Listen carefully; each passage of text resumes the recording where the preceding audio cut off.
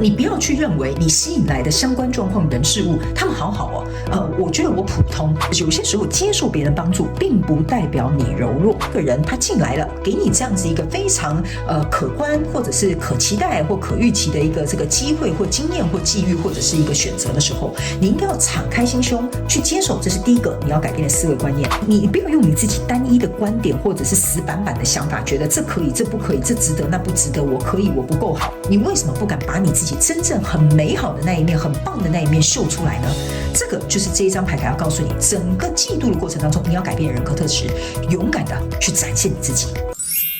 Hello， 处女座的朋友们，各位海底捞打开后，我是 Jane。今天这个影片是要给处女座的正能量运势牌卡解读。那呢，我们正能量运势牌卡解读呢，没有任何时间上面的限制哦。如果呢，你不是在我们首播的时候看到这个影片的话呢，就麻烦请你自己前后推敲3个月左右的时间，或者是以你看到的当下的这个季节为主，好吗 ？OK。然后呢，紧接着我们要来说明有关于正能量运势牌卡解读的整体架构跟流程啊。首先，我们会进入到上半场的正能量运势牌卡解读，会来跟大家说明有关于每个月的这个能量场的一些概述。接着我们会一起来分享，在每个月你有哪些课题是需要学习的紧接着我们就会进入到下半场的延伸牌卡解读。那下半场的延伸牌卡解读呢，我们会来跟大家一起分享会使用这个宇宙的验证牌卡来验证我刚刚所要传递给你的每个月份的能量场上面的细节、症结点，还有额外的补充说明，以及呢我们会来看看在每个月份你有哪些需要加强的思维观念以及提升的人格特质。然后呢，接着我们也会来看看天使跟宇宙有什么样需要你实际练习的一些行动。最后我们就会用天使跟宇宙传讯的部分来作为一个结尾，好吗 ？OK， 好，那我们话不多说，就准备进入到这次你的能量运势牌卡解读，好吗 ？OK， 那首先呢，我要先跟大家说明一下哈，目前呢，你在我这个台面上呢，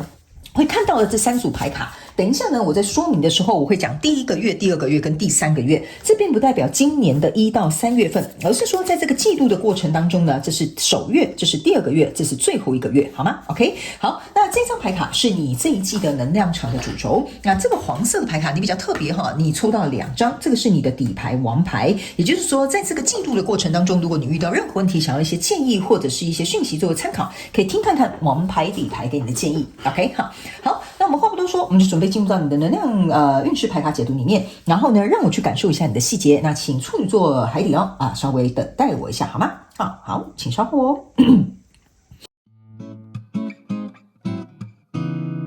Hello， 大家好，我是Jane，非常感谢所有愿意在影片下方留言反馈以及按赞分享的观众朋友们，因为有你们的支持，才会有我的存在。所以如果呢，你还想要收听更多不同多元丰富的精彩内容，请你一起来收听我的主题广播节目，以及订阅我的电子报，就会收到最新的第一手消息。那如果呢，你还有其他的问题，也欢迎你点开影片下方的资讯栏，就可以找到所需要的答案。接下来就让我们一起来收看今天精彩的影片内容吧。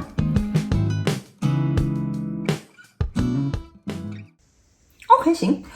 我觉得 not too bad， 不是很差但是也怎么讲，没有，也不是说不好。我这样讲会被吓处女座的朋友们人都跑了哈。应该是说呢，这一季我很明显感觉到你应该是对到一个人。而且这个人应该是蛮有权有势，或者是他本身，比如说，我们这样讲好了，比如说你的主管嘛，他就是有权威哈。那有势，就比如说假设他可能是你的客户 ，OK， 那当然他也有可能是社经地位本身是比较高的人，或者是他本身条件不错的一个人 ，OK 哈。我觉得会在这一季，你们应该会有一个需要协议的一个东西，而且这个东西蛮重要的，也会去有点像是考验你跟这个人可不可以合作。或者是要不要在一起，或者是比如说我们要不要共同来投资哈，就是说这个决定有点像是分合的一个决定，或者是要不要达到共识的一个决定哈，这蛮明显的。你遇到这个对手呢，我会说他是怎么说呢？我就这样讲好了，你遇到了一个真的高手，好不好 ？OK， 好，我们一起来看一下。但是我先跟大家讲哈，这个高手呢还有另外一种寓意哈，就是说哈，这个人也有可能你就是搞不定他，不是说他一定是怎么很厉害或什么的哈，就是说你遇到了一个难搞的人，也可以这么去举例哈，因为每个人状况不同，我就稍微告诉你这个能量场上里面的差异性。有的人就是的确是遇到位高权重的，有的人是遇到很有势力的，有的人是遇到他底子本身不错的，有的是遇到真的是难搞的哈，高手中的高手，好吧 ？OK 好，我们来看一下。首先呢，第一个月份呢，你抽到的是宝剑8，抽到是 Justice 跟钱币国王。OK 哈，这三张牌卡呢，我个人会感觉哈，这个是一个蛮白热化的阶段。就是说，这个月直接单刀直入进来，就是这个宝剑国王呢，跟这个对不起，这个钱币国王呢，跟这个宝剑8呢，你们两个在中间要求一个公平跟正义。OK 哈，那你们可以自己去思考一下。我要用什么来跟你做一个举例呢？比如说，我讲感情好了，你们可能比较容易理解 ，OK 哈。那当然，你可以套用在你生活的场景当中，比如说你的主管、你的伙伴等等之类的 ，OK。这些人物角色呢，都可以做一个替换，好吗 ？OK。如果是新来的朋友们，你不了解我的解牌方式，请你到影片下方资讯栏稍微看一下。好，假设呢，我们就这样讲哈，假设我就把你定位成，因为看影片有男有女嘛哈，我就假设定位你是一个男的，然后呢，你的对象是一个对不对？你是一个女的，你的对象是一个男的，好吧 ？OK 哈，这就有点像是你现在呢遇到了一个蛮位高权重的人。OK， 这个人呢，我可以直接跟你讲哈，你们可以套用 OK 哈，但是我就讲一下他的特质是什么。这个人要么很有钱，要么很有权。为什么呢？你注意看这个人来找你啊，他是带2头牛的。就有点像是说我们小时候嫁女儿的时候就那个年代嫁女儿送你2头牛这种就是那种聘金很多的那一种就是说要迎娶你的女儿啊，多少聘金啊，几头牛啊，几头羊啊那种类似那种这个人非常有可能是一个家大业大的人 OK， 或者是他本身势力是很庞大的，就是说他是很有权威的 OK 那他这个底子也可以象征他的底子是很深厚的，就是说他可能在这个业界他是资深的，就是这种前辈，或者是比如说他是在这个业界有他的地位的 OK 所以呢这个状况呢会变成是说你来的这一个人他本身这边拿一个钱，然后后面有一个很资深，就是他向下扎根的这个底子是很够的，然后呢他来跟你要求说我们这边要有一个公平跟正义这边是一个心脏，这边是一个骷髅头，这个意思就是说你们这个月就会谈入到一个很深入的状态 OK， 你是要跟我开开心心的过呢，还是呢我们就这里结束因为骷髅头象征的就是死亡，就是说这个合作结束，或这段婚姻结束，或者是我们两个就不要交往或我们就不要合作 OK， 我就尽可能稍微点到一下，等一下我就会用感情的这个举例持续延续下去了那请你们自己灵活运用这些讯息。那这个公平跟这个正义这个就是 justice 你可以注意看这个人拿着这个天平，中间有一个眼睛，这个眼睛是落泪的OK， 然后呢，他这边眼睛套着一个粉红色的布条，但是这个人是看得见的，意思就是说呢，这个来找你的交手相关状况人数、事件、梦想或目标呢，他其实对于这个你跟他之间的关系或合作，或者是比如说这一个交流，他是很看好的。所以他才会跟你提出一些要求 OK， 那这个要求呢，要么就是生路，要么就是死路一条我的感觉直接讲就是这样子。那这个困在这边的女生，我就把这个人当作是你们角色也可以互换，好吧 OK 这个宝剑8的这个女生有一点像是说你注意看他的头上其实是有点燃这个蜡烛而且是1、2、3、4、5根蜡烛 OK， 然后呢下面是这个宝剑，后面4支宝剑，前面4支宝剑 OK， 但是它并没有被捆绑起来，而是说这个绷带是绑在宝剑跟宝剑之间，然后连到他身上 OK 那为什么天使跟宇宙要我跟你解释这些细节呢？有一点像是说呢，你跟这个交手相关状况人事物事件梦想或目标你们双方其实都是宝剑4 OK， 那这个宝剑4加宝剑4就会变成宝剑8，意思就是说我也思考，你也思考，我也分析，你也分析 OK 但是我的脑袋这边有一个权杖5了这边其实是一个权杖5，这个权杖5有一点像是说经过我的思考我觉得我们应该还有很多东西需要磨合，所以你告诉我你的立场，我跟你说我的想法，可是我们现在因为这些理想想法，或者是比如说沟通的这个状况呢，卡在这边有点像是沟通不良好了，或达不到共识好了，或者是没有办法站在同一个立场去看待这件事情好了，导致于我们之间有一些摩擦，这个是这一个人心中的想法。但是这个人心中的想法是，我觉得我很好啊，我底子很深厚啊，我来帮你啊。而且你看，我穿的是战士的服装，你觉得我们两个在一起有什么样的困扰吗？你觉得我这样子没有办法投资你的公司吗？你觉得我这样子不够资格吗？好，这个人的状态是有一种对自己很有自信，而且他很清楚知道他自己是可以我这样讲哈，我不能说他可以把你拿下，但是他可以明白他自己有一定的撼动力。OK， 所以他才敢提出这个 justice 这个算是公平跟正义的这个要求。OK 哈，我已经提出这么多的资金了，你总要让我入股吧。OK， 我聘金都准备好了，你总该答应我的求婚吧？好，类似像这样，所以这个人是很有自信，但是我必须要告诉你哈，这个人不是自傲，这个人是很清楚他的条件是什么。所以他觉得你应该不会拒绝他，或者是你应该会接受他的请求或要求或条件或协议或协商。OK， 但是这个人的心态是，我觉得我们还有一些地方需要磨合。OK， 导致于这个状况当中好像有点瞧不拢，所以这个公平跟正义才会站在中间，而且这个是有点像是一翻两瞪眼的一个决定哈，所以这边才是一个爱心跟一个这个骷髅头。OK， 所以我觉得1月份的时候，你跟这个交手相关状况人数会来谈到一个非常重要的，不知道是什么样的症结点或合作，或者是什么样的重要影响因素。OK， 但是这个是还没有结果哈，这是在衡量哈，我们到底要怎么做？就是要么就结束这一切，还是要么我们两个共同去处理这些事情。OK， 所以应该是说这两个人的心态有点不太一样，想法也稍微有点出入，所以这个月应该是还在琢磨这些事情。OK， 那第2个月来到这里呢，你抽到的这个是权杖9，抽到的这是宝剑国王，抽到的这个是权杖3。OK， 权杖9呢加上这个权杖3，象征的其实是权杖2，然后再加上这边有一个宝剑国王站在中间哈。这个宝剑国王呢，你可以去想，把这个钱币国王哈，你也把它想成是宝剑国王。这个人呢，我必须要跟你讲哈，他不仅有权有势有钱或很深厚的底子，甚至很资深哦。这个人他还很聪明，你可能不太容易去抓到他的心思，或者是他的心思是他不会告诉你的，因为你可以注意看到，他是把他嘴巴闭起来的，但是他有跟你亮出来，我有一个宝剑。OK， 而且呢，我有带着一个我自己的这个神兽 ，OK 哈，所以呢，这张牌卡给我有一种感觉，就是说，来到第2个月份的时候，假设你们这边在谈啊、协商啊，或者是协议一些共识啊等等之类的哈，那来到第2个月份呢，有一点像是说，他已经把该讲的都告诉你了。就是我已经把该讲的、该协议的哈，我们都在1月份讲好了。第2个月份，我就是拿这把剑，好，我们来做个决定吧。OK， 所以呢，他什么都不说。他就是在想，我这个刀到底是要落下还是要收回来？所以这个宝剑国王的能量场哈，是有一点像是说，他已经决定好了，就是现在第2个月份，你就是要给我一个说法啊，或者是你就是要给我一个决定。OK， 那来到这个权杖9跟这个权杖3哈，我个人会感觉呢，这边有一点像是说，这个权杖3象征的是这个爱心的选项，就是说你就来跟我成家立业吧，我会照顾你一辈子，我觉得我们就共同朝向这个新的方向前进吧。但是呢，这个权杖9啊，有一点像说，你看到下面是1、2、3、4、5根权杖，上面是4根权杖，这个就是这个人头上的5根权杖。好，虽然这张牌卡是宝剑8哦，可是他们叫我跟你讲一些细节，就是说，我知道如果我们要成家立业，就像这样，你有城堡嘛，然后我这边还有一个帐篷嘛，我知道我们要成家立业，在这边很稳固的权杖4，我相信我们两个可以合作愉快，但是我又会担忧下面的这些摩擦会在我们这样子的状况当中出现，所以你注意看哦，这边是权杖4加权杖3，象征的是权杖7，意思就是说，如果一旦我跟这个人结盟，或我跟这个人结婚，或者跟这个人合作或投资好了 ，OK， 变成是说呢，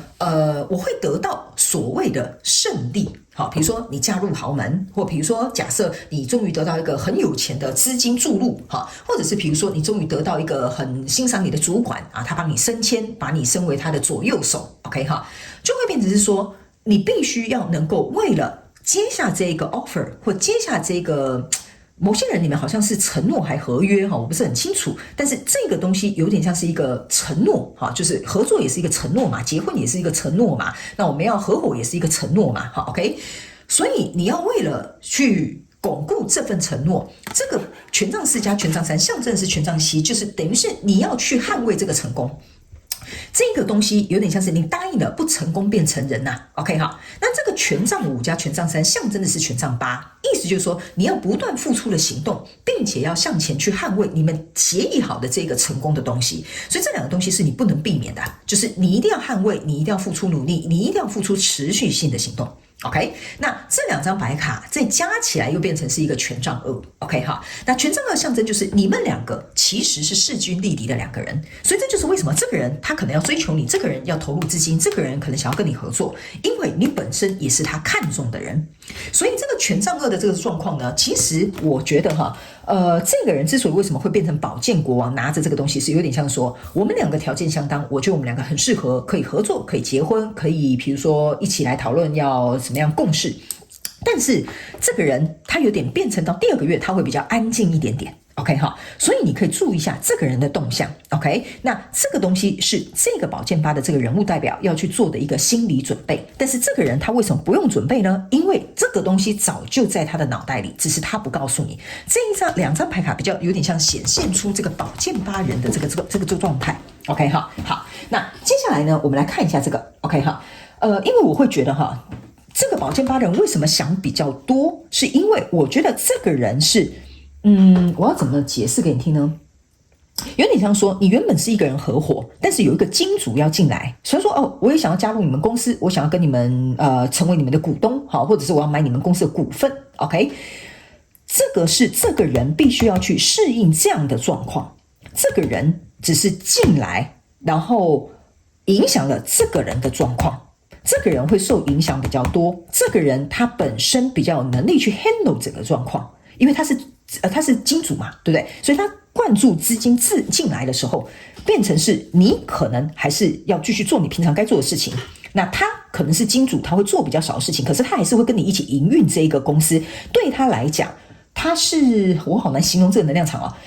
对他来讲，他的影响力，对他来讲，他的受到影响的状况比较多。对他来讲，他觉得只是多了一个东西，但他有能力 handle。好，不好意思，处女座的朋友，我尽可能把它讲得比较仔细，这样你就比较懂这2个人物角色是什么。所以正是因为如此，来到第3个月份的时候，你抽到的是宝剑6跟这个权杖女王，然后呢还有这个宝剑4。我个人认为你是有非常大，如果你是这个宝剑8的这个状态哈，你是有非常大的几率会去接受这个钱币国王跟这个宝剑国王给你的这个 offer 或这个机会，或者是比如说他要求你的这个条件。因为呢，来到这里之后呢，这边的宝剑6加宝剑4啊，其实象征的是宝剑10。OK 好，那这个宝剑4，我刚刚一开始就有讲了，你们2个个别都是宝剑4，所以在第3个月份的时候呢，这个状况是你们经由共同的思考，朝向同一个方向，所以最困难的结局好已经结束了，就是宝剑10终结的这个状态。因为在这里出现的这个人是这个权杖女王。OK 哈，这个权杖女王加上权杖3加过去权杖3，意思就是说我愿意了哈。你看她穿得很漂亮哈，有点，然后她自己也带着一个她自己的宠物哈。好，来这个人呢，就是这个人就是这个宝剑8，这个有点像说这个人终于同意了。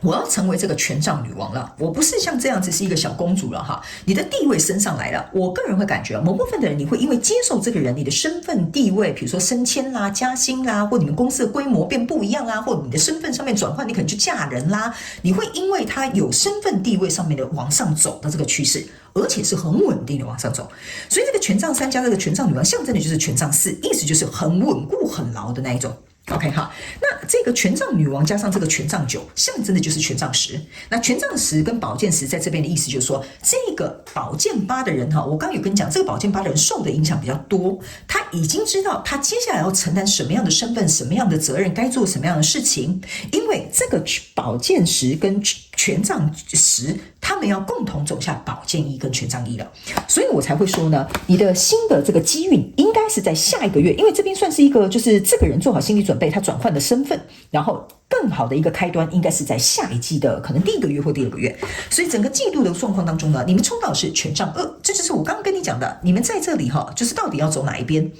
那这个权杖2你注意看哦，这个一个人是朝向这里，一个人是朝向那边的，所以这整个季度的过程当中，我才会说你可能要跟这个人协调协商，可能或许如果你是宝剑8的人，你甚至会比较牺牲，你会迁就对方，或者是你会觉得其实迁就对方也没有不好哈。我先跟你讲啊，这个人不是不好的人，而是说你自己心不心甘情愿做这样的调整、牺牲或接受，或者是协议。OK， 所以这个权杖2之所以为什么会这样，一个向左，一个向右，这个就是来到一个症结点了。那你们要怎么弄你们要怎么样去写这个结局或写下一个篇章，这个就是看你们了。所以这一季其实我觉得蛮精彩的哈，这个我觉得算是一个处女座蛮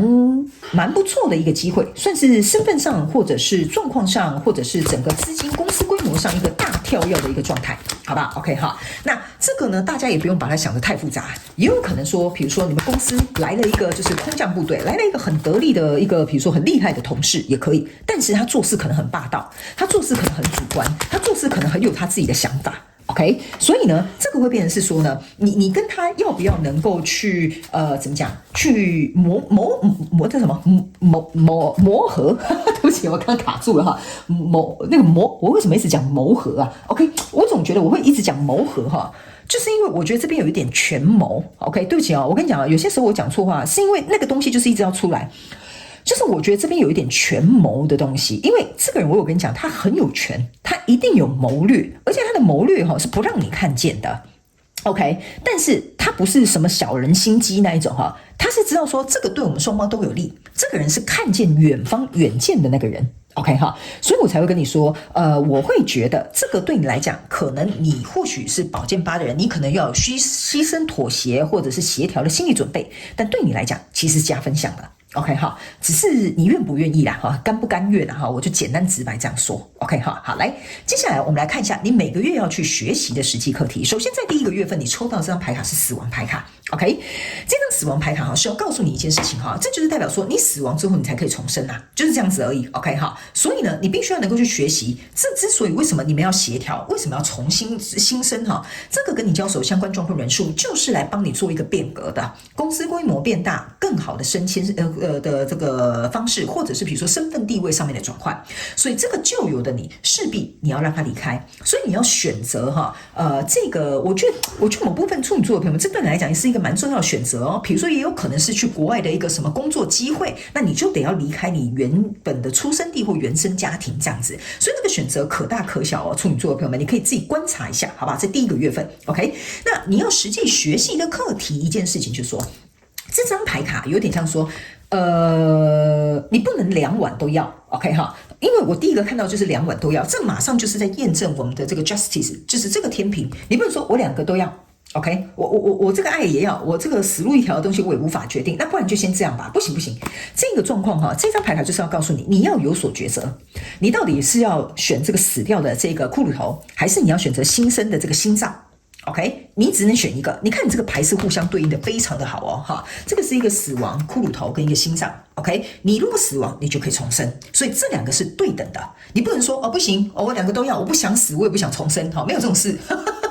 OK 哈，所以我才会跟你讲哈，你在这边第一个月份要学习的这个课题，就是要有舍有得。OK 哈，这个有舍有得是加分项。OK， 但是你不可以犹豫不决哦，因为我必须要跟你讲哈，这个跟你交手的相关状况人数呢，他的耐心有限。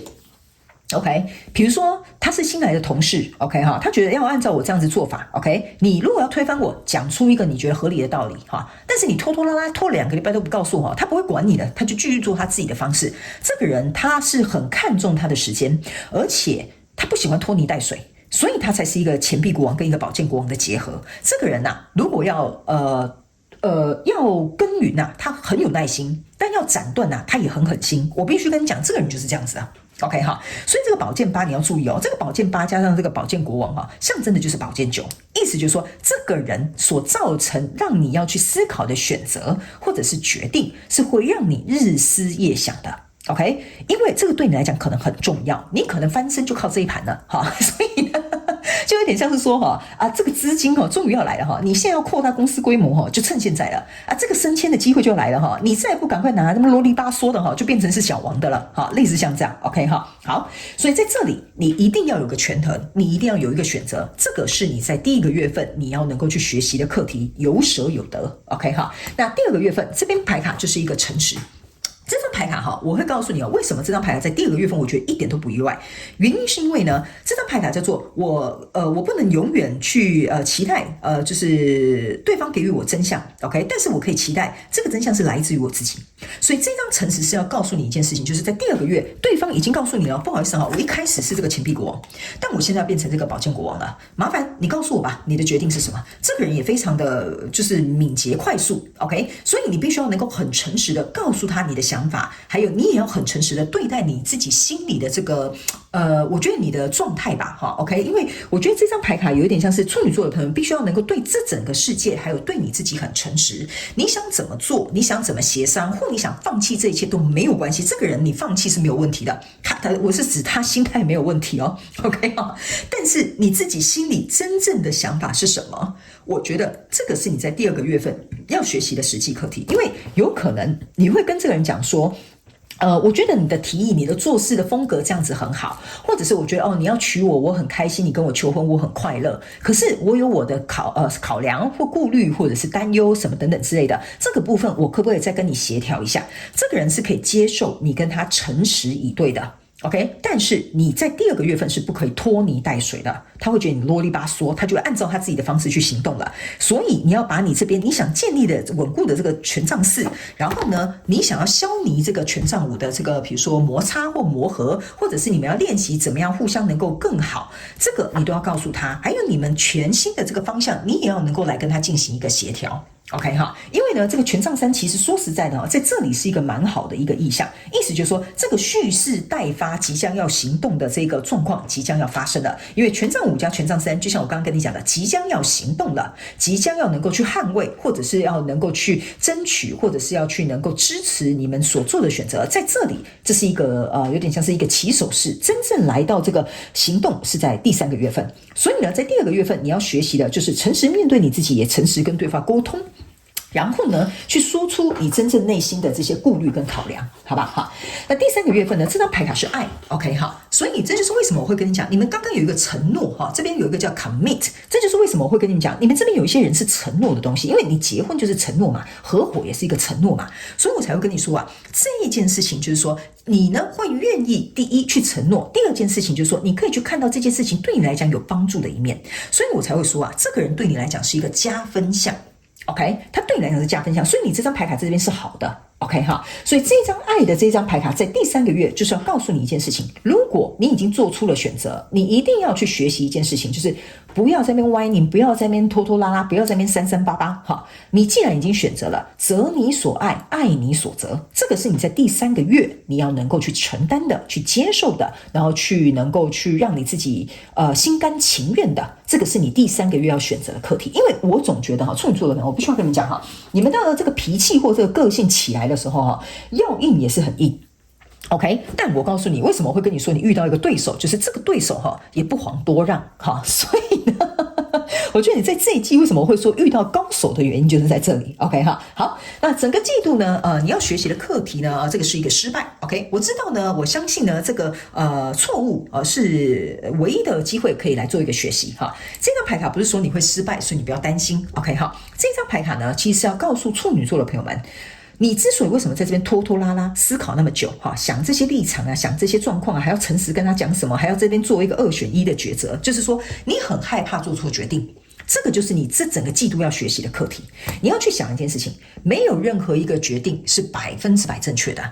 但是你只能在这些众多的选项当中选一个对你最适合的。你不能要求，这张牌卡其实就是在讲异曲同工之妙，你不能要求我2个都要哈。当然我知道有些状态是可以鱼与熊掌可以兼得，但是牵涉到其他人物角色的时候，你必须要做出非常睿智的判断跟决定。这个就是要告诉你，不要因为害怕失败而不做出选择，而拖延时间，而是在所有的选项当中去选择一个最适合你的。那有些地方或有些部分你必须要做一个割舍的，那这个是在你可以承受的范围之内，那不叫做失败，那个叫做你愿意用这个来做一个比如说协商或交换，或者是我们2个可以共好的一个我觉得这样的因素或条件。所以这个不叫失败，并不代表你接受这个人资金注入啊，他可能变成一个大股东，或这个人跟你求婚啊，你好像嫁过去变小媳妇，不是这样子的哈，不是这样，这不代表说你就要怎么讲，你被他控制，或者是他就有话语权，或他地位比你高，你就把自己放在一个比较低的位阶，不是的哦，好，不是的，你们两个不要忘了，你们两个是权杖2，你们是平起平坐的状态。OK， 所以这张牌卡要告诉你，你并不会因为这个选择，第一不会失去你自己，第二有所割舍，第三你必须要去衡量这些权重，做出一个最适合你自己的选择，这就是你整个季度在学习的东西。OK 哈，我大概可以知道为什么你的王牌会有2张了哈，因为遇到这个状况，我应该也是3张4张我都不意外哈。来，我们来看你的王牌有什么额外的讯息给你看。OK 哈，如果你遇到任何的挑战，或者希望有一些资讯可以参考，来听看看哈。首先呢，你的照片比本人好看的，你已经知道答案了。这2张牌卡分别就是告诉你，你的问题太蠢，我拒绝回答；还有看清楚你自己是谁，别总以为自己活在美颜相机里。OK 哈，这2张牌卡其实要告诉处女座的朋友们哈，为什么我会跟你讲这个人哈，你绝对不要跟他拖拉。你问的问题如果太蠢哈，他是不会回答你的。为什么？你已经知道答案了，你跟我这样子的人合作，你有什么损失？这个人我跟你讲，他很有自信，他心知肚明的。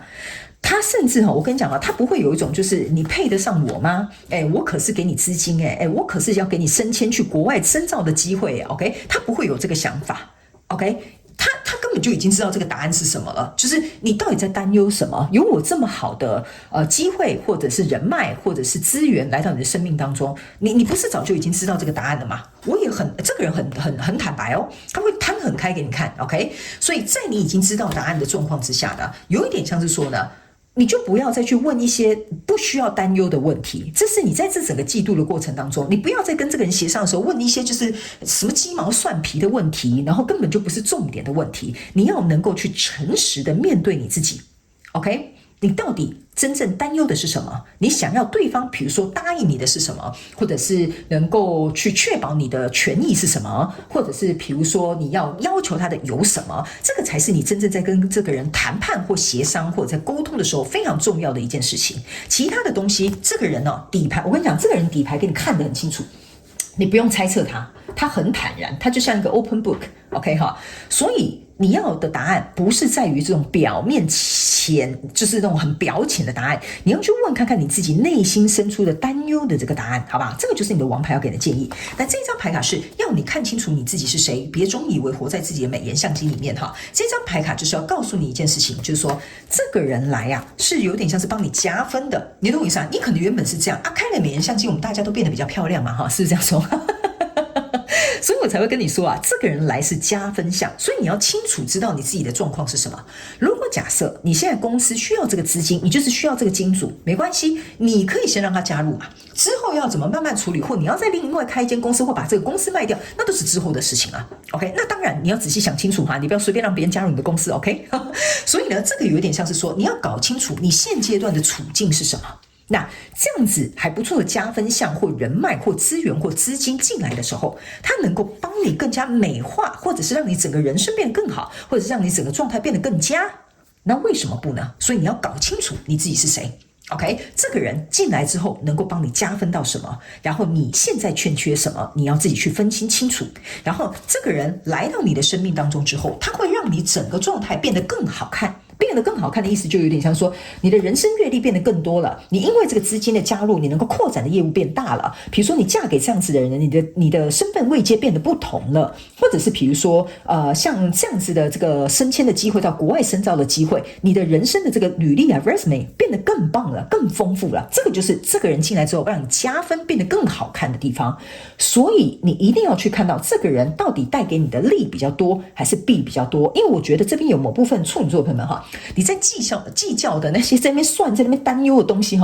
都是一些小事 OK。 所以你的格局要放大，因为你难得有这样大格局的人进来，你的格局不大其实你也撑不住，但如果你能进来，你就像这个权杖女王一样，穿着这个很漂亮的袈裟 OK 你就有能力去巩固这一段跟你交手的相关状况人数。所以我觉得这个呢是我蛮期待看一下下一季的能量场是什么 OK 不过呢我们这边就是我们上半场的这个净能量运势牌卡解读，我们接下来就要进入到下半场的延伸牌卡解读，我们来看一些细节好了。好不好？因为我们刚刚是讲一些概述，那我们下半场的延伸牌卡解读呢，我会用宇宙验证牌卡来说明每个月的一些细节跟症结点，还有额外的补充资讯，还有每个月份你要加强的一些思维跟观念，还有每个月份你要提升哪些或调整哪些人格特质，还有每个月份如果遇到一些状况的话呢，你有哪些需要去练习的实际行动。最后我们会来听看看天使跟宇宙有什么样的讯息，希望透过传讯者我用口说的方式来表达，让你知道，给你做一个超前部署，好吗 ？OK 哈。好了，那如果你想要加入我们下半场延伸牌卡解读的朋友们，我们的延伸牌卡解读的连结在这一则影片下方的资讯栏，你可以直接点进去就可以看得到咯。 OK， 好，那以上半场的这个概述的部分先提供给我们处女座海底捞的朋友们做一个参考，那也非常感谢你来收看我的影片，也希望你会喜欢，那我们就下半场延伸牌卡解读见咯，拜拜。